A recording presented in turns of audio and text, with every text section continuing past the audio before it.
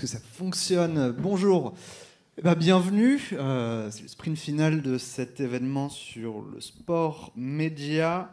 Donc, comme l'a souligné Frédéric, internationaux français, aujourd'hui consultant pour Eurosport. Les JO, vous les avez connus de très près. Léonore à Athènes en 2004.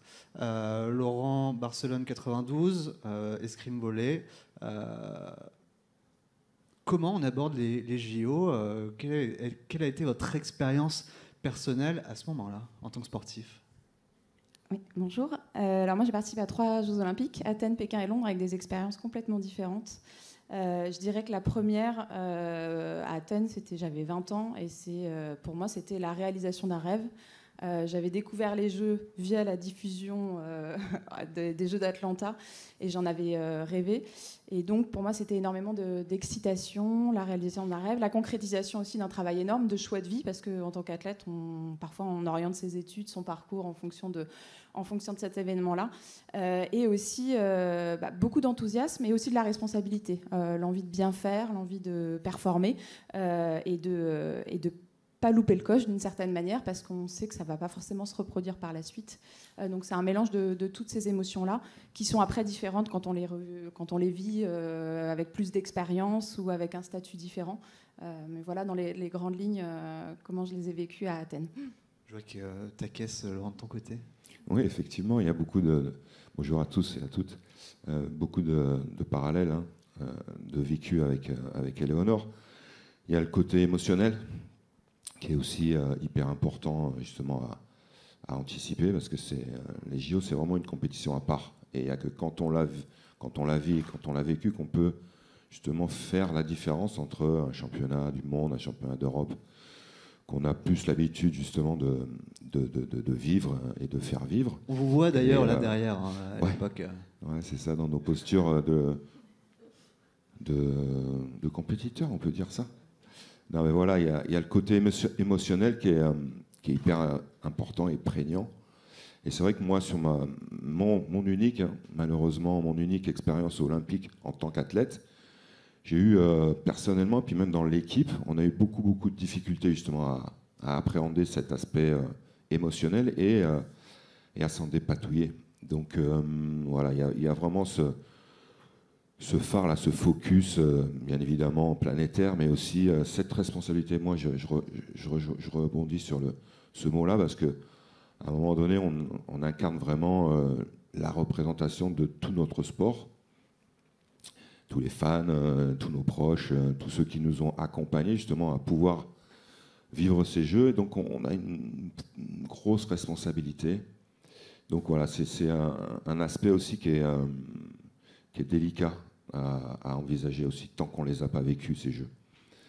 Je vois que vous avez les yeux qui brillent déjà en parlant. Moi, j'ai les yeux qui brillent tout le temps dès que je parle de sport. Est-ce qu'il brille aussi Est-ce qu'il brille aussi pour Paris? Paris, c'est quelque chose, c'est la maison.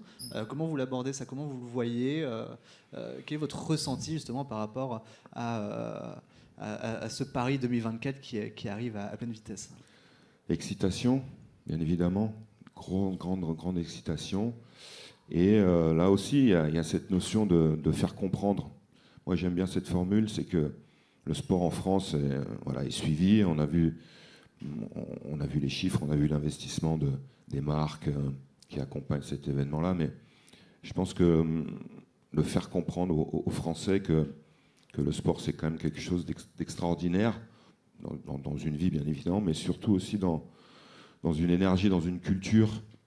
Donc de faire comprendre que cette édition qu'on va vivre ici va pouvoir générer un peu plus de proximité, et puis de respect, de compréhension, et puis de lien finalement entre les sportifs et les Français, entre le sport et les Français.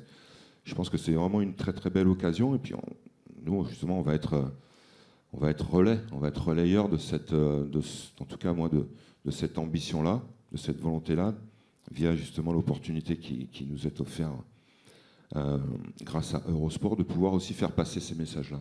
alors justement, vous passez de l'autre côté, vous êtes déjà passé côté consultant. Comment on prépare ça? Alors, j'imagine que ce n'est pas du tout la même préparation que sur le terrain.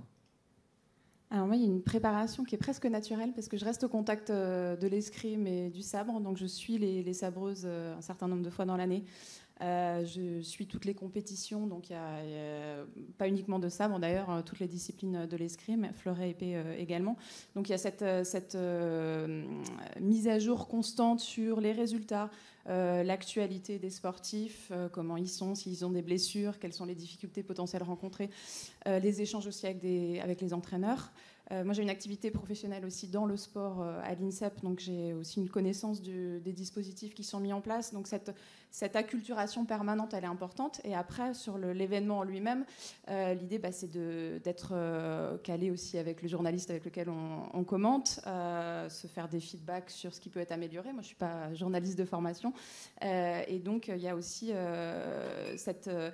ce travail en binôme pour que ce soit fluide, pour qu'on puisse expliciter ce qui se passe, transmettre des émotions, faire passer... L'escrime, c'est un sport difficile à comprendre, donc c'est le rendre lisible, mais c'est aussi montrer ce qu'il peut avoir de spectaculaire, ce qu'il peut avoir de beau. Et voilà, il y a tout ce travail sur qu'est-ce que ça représente, cette discipline, et comment on peut la mettre en valeur et donner l'envie à des jeunes ou des moins jeunes de s'y mettre et de l'apprécier. Effectivement, cet aspect préparation, il est hyper important parce que Géraldine l'a rappelé, on est des experts. Alors on a été des experts sur le terrain et aujourd'hui on a cette responsabilité aussi de pouvoir être légitime mais aussi efficace.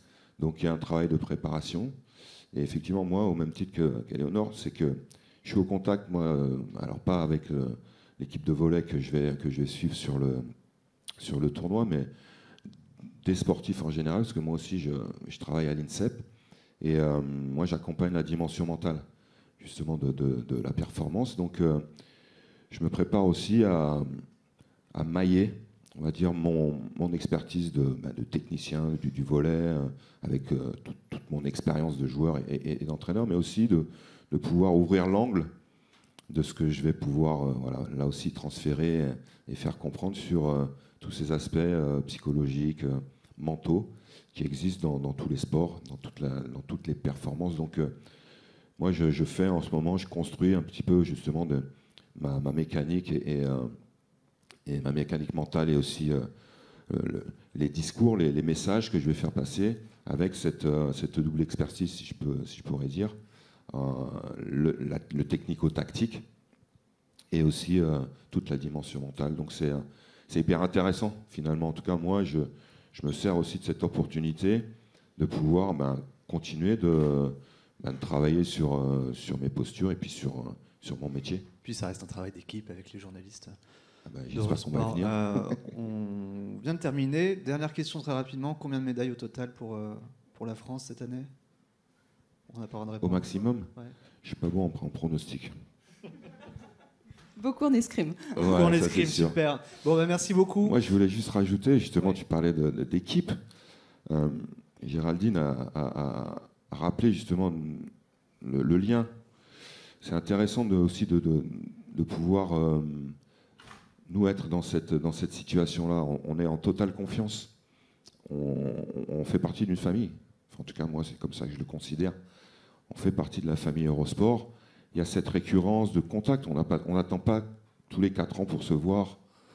On a ce lien qui s'est créé, qui se poursuit, qui se nourrit. Et je pense qu'une réussite, la réussite d'un événement, que ce soit pour des marques, pour des instituts, tous les acteurs du projet olympique, du COJO justement au diffuseur, passe par cette notion de collectif, d'intelligence collective. Donc moi je suis très fier aussi, moi j'ai cette notion de fierté d'appartenir justement à la team Eurosport, parce que je sais que il y a plus que juste être là pour raconter une histoire, oui, mais être là pour faire vivre une histoire, et d'abord notre histoire. Plus on sera dans ce lien-là, dans cette énergie-là, plus justement les téléspectateurs auront ce petit plus, cette plus-value qui fera qu'ils vont passer un bon moment avec nous, quoi. On change d'équipe, mais pas de passion. Exactement. Merci beaucoup.